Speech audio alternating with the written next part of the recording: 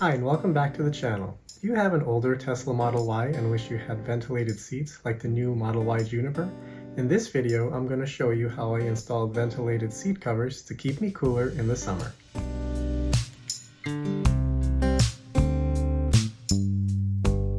I ordered these ventilated seat covers from Amazon, one for the driver's seat and one for the passenger seat. When you open the box, you'll find both seat covers neatly packed together. Removing the seat covers from the plastic, you'll see a set of fans embedded in the seat cover that are used to provide cooling on those hot summer days. On top, you'll see a cutout for the headrest. When you go to install this, all you have to do is slip this over the existing seat. On the bottom, you'll see some clips that you'll use to secure the seat cover in place.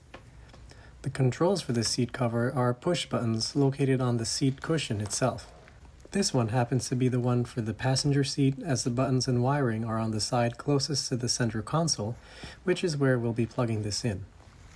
The controls on the seat cover for the driver's seat are located on the other side, as you can see here. On the underside of the passenger seat cover, you'll see the wiring.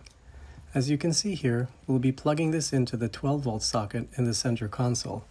You'll also notice a USB port on the adapter, and if you've seen my other video on the LED dashboard lights, this is where I'll be plugging that in.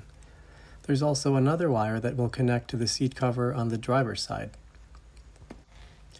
Looking at the underside of the driver's side seat cover, you'll see a socket to plug the wire in from the passenger seat cover. Now on to the installation. For this video, I'll just be showing you the driver's side, as the passenger side is pretty much the same. For the driver's side, make sure you select the seat cover with the wiring pointed toward the center console, as this is where we'll be plugging it in. When you put the seat cover on top of the seat, you'll notice two black plastic circles that we'll be using to hold the seat cover in place.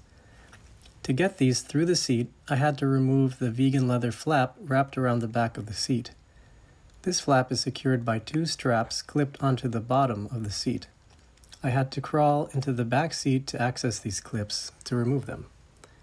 Once removed, this flap just hangs down from the back of the seat. These are the clips I was talking about. Then, if you swing the flap up and out of the way, you can see where those round plastic circles are supposed to be.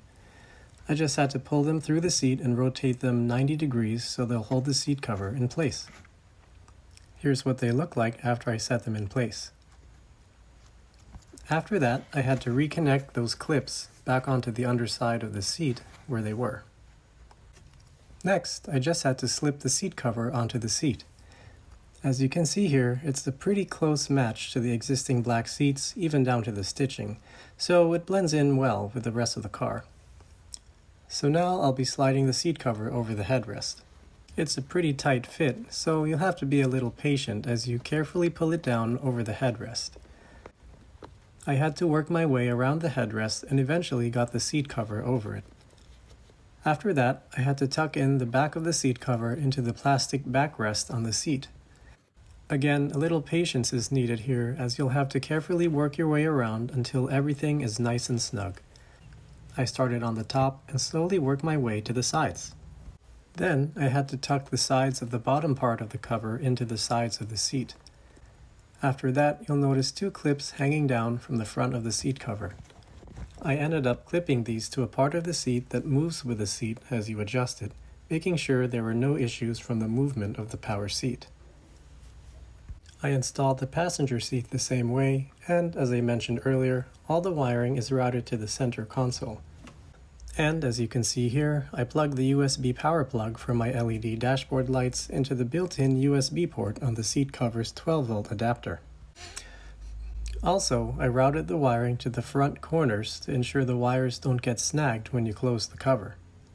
As you can see here, the wiring still moves freely with the cover closed. So how do these seat covers work and how do they feel? When sitting on them, I definitely feel the fans underneath and on my back, but I was able to adjust the seat angle and lumbar position so it doesn't bother me as much. These seat covers have an automatic feature that turns the fans on when you sit on them, but you can turn that feature off if you want. The fans have 3 speeds to choose from, and they are pretty loud at the highest setting.